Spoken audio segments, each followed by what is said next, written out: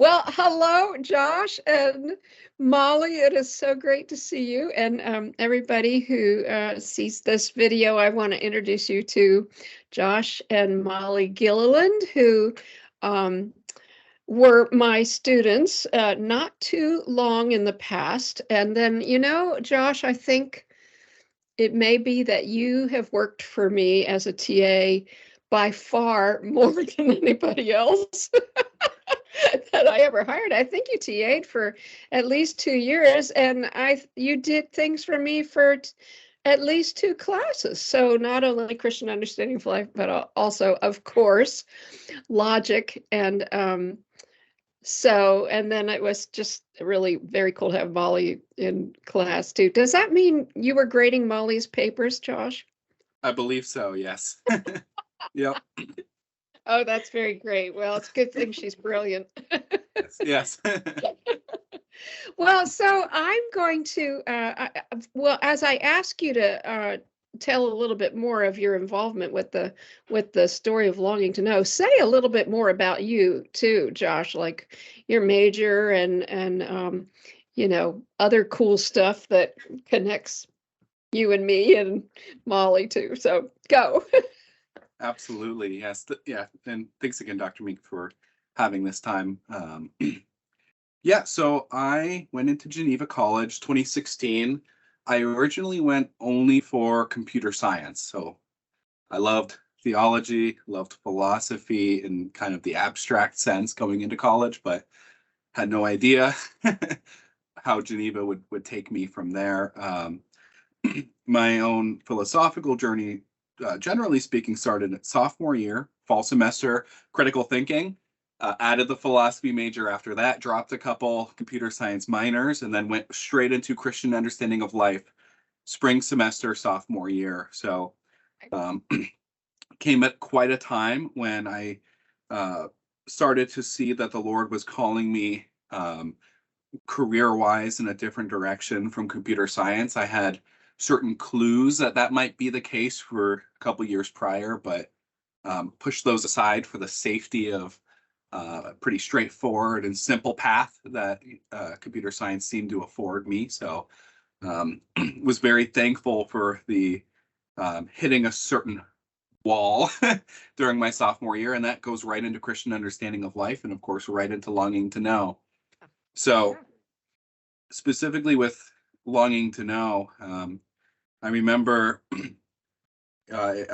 it being pretty earth-shattering for me, really. I mean, Molly can attest to, she was a freshman at that time. I was a sophomore, and so often I was trying to lead what I was learning from class into discussions with her, and saying, "Hey, you need to read this. You need to read this." But I think the kind of the crux of that impact for me for Longing to Know was realizing how much I was stuck on this mindset of knowledge is detached, knowledge is just mere information, something I never quite understood how trust fits into the actual knowing, and that there are many historical reasons for that. For me, by the Lord's kindness and grace, I'm very, very close with every member of my family now, but I do remember a certain time of difficulty and conflict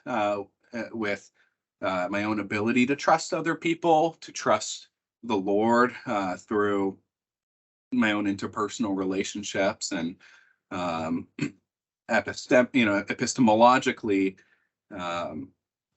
feeling quite detached and uncertain and skeptical, generally speaking. Right, I came from a good part of my childhood being, I guess, trapped in that sort of mindset of either skepticism or doubt, or latching on to this ideal of certainty. So Longing to Know kind of came at a point where all of that was culminating with my own personal relationships, with my relationship with the Lord, with my own career and calling. I think the most vivid image from the book that broke a lot of those presuppositions for me was with regard to risk and laying out for a Frisbee, seeing knowing and knowledge as a commitment, a struggle, right? And so I never quite understood knowledge as working that way, but it made intuitive sense to me, right? You know, I realized I was discounting my body when it comes to knowledge.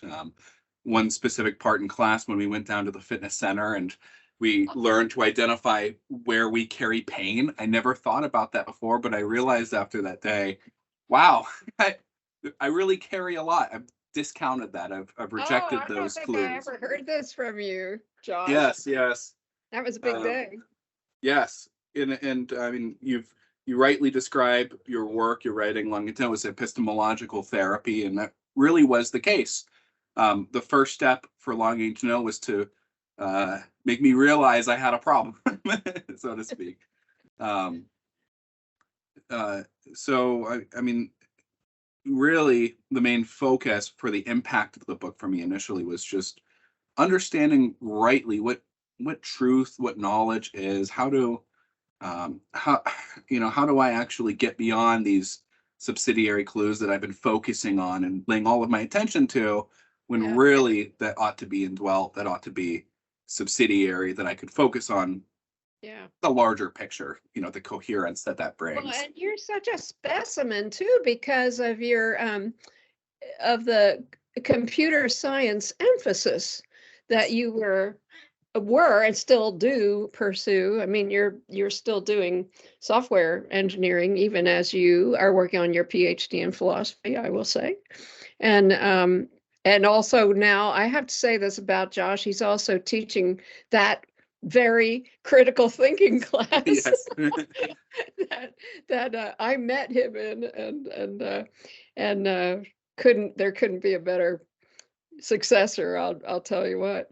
So, but yeah, so you're it really made a difference to kind of shift your sense of how knowing works.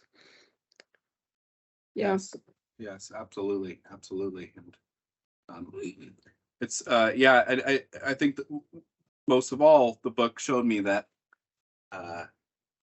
to know is to trust, to actually commit and submit myself to Yeah. reality. I mean, um, working backwards through the book, understanding indeterminate future manifestations as evidences of contacting reality. That's something that previous to the book I would see as scary, daunting, the mystery of life, right? And but through the book you start, through the class especially, started to understand, wow, there's grand mystery to the world, and that's a really good thing. And that's Yeah. how we orient ourselves to reality, kind of through the mystery, not through skepticism, right? Yeah. Yeah. Molly, can you remember what it was like when Josh was processing all this? Talk about that and then talk about how it was you finally got to the class yourself and read the book. Yeah, so I remember that as being a pretty significant shift in how he operated and saw the world. That was really when I started to see him as more of a guide or kind of an authority figure. Because we grew up together, so it was, you know, um, there was a definite shift in, how he was processing things, how he would talk about what he wanted ultimately. He was thinking through things very differently than before, and he was pointing out things that he wouldn't have before. Um, Wow. so I definitely noticed a shift in him, even just like certain parts of his personality, just kind of growing up, becoming more mature. Um, a lot of that shift into becoming like really a full adult at Mm. that point, I'd Yeah. say. Neat. So what was it like for you to take talk about reading the book. What was it like for you to read Longing to Know? Because that's what we're talking about in this Yeah. conversation. So, I read it I didn't take the class until my junior year, which ended up being the spring of 2020. Um, so I had a lot of time to think about it. um, Oh, Molly. lockdowns. Oh, that sad Um, spring. so at that point in my life, we had been married for a year or two at that point. Um, I'd really struggled through college, partly because of, epistemological issues, but also just dealing with like really extreme shyness and some significant mental health issues. And I was coming into it in a time where I was really struggling with the concept of knowing God and really struggling with um, questions about prayer and relationship. And um, the book helped to frame for me um, a legitimacy to my struggle as a Christian, Mm. growing up in the church and um, never having any sort of um, felt knowledge, nothing like I'd never felt anything spiritually. And it wasn't until then that I gave that any thought, really, or legitimacy. It was always just how it was. Mm. And I never thought like maybe it's not supposed to be this way, or maybe I'm supposed to be striving for something else. Um, so it really was something that sparked um, a really significant spiritual journey for me over the next maybe year and a half until I had kind of a second conversion, if that makes sense. Oh, So, well, the um, Lord does seem to keep at it. Yes. yeah, Yes. yeah. So Wow. it took a long time to really dismantle some of those things and learn to trust, because I didn't trust anything in my environment. I especially didn't trust my own body. So I wasn't I wasn't picking up on a lot of subsidiaries that should have been there. And Mm. being as shy and reserved as I am, I've had a lot of problems with relationships because I don't put myself out there. So the concept of like knowing your auto mechanic was also foreign to me, just as much as knowing God. So, I had to figure out, how do I know people? How do I know the world around me? And then I can come to the question of how to know God. Oh my. Um, so there was a lot of more issues that it uncovered that I just hadn't realized because of like flaws in how I was and how I naturally am. Well, you are voicing so much courage, Molly. And wow, it's just really, really neat to hear this. Thank you so much for saying all that. And how very cool. I mean, it's so neat. I mean, both of you uh uh you know, reading Longing to Know in God's providence happened at a time when you were changing to maturity, to adulthood, and it came to be part of that too. So that's very neat. But that was spring of 2020, Molly. That was like yesterday, wasn't it? So the other question I want to ask you, and Molly, you can start. What's your estimate of the value of this 20-year-old book in our day? Yeah, I could start if you'd I like. might do better going second. Going second? Yeah. Okay, is that all good? That's absolutely Sorry. fine. Yeah. So, I mean, the next 20 years, I think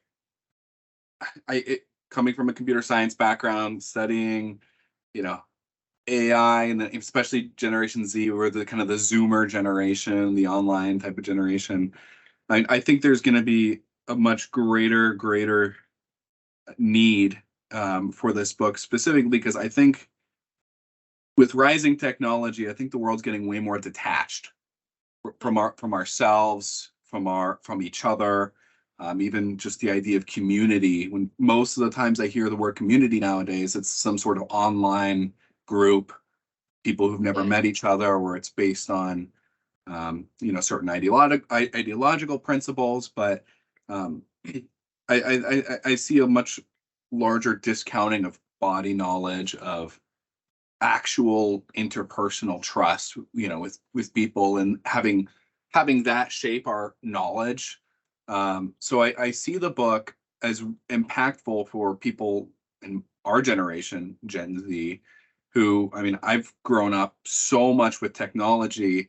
We grow up in kind of the age of information, and that really shapes how we view knowledge. I mean, I mentioned before my kind of knowledge as information mindset of either grasping onto absolute truth or relativizing everything, and kind of stuck in that cycle. I see this book as fundamentally challenging. I think just kind of the default worldview of modern Western, more secular type of cultures. I think I mean,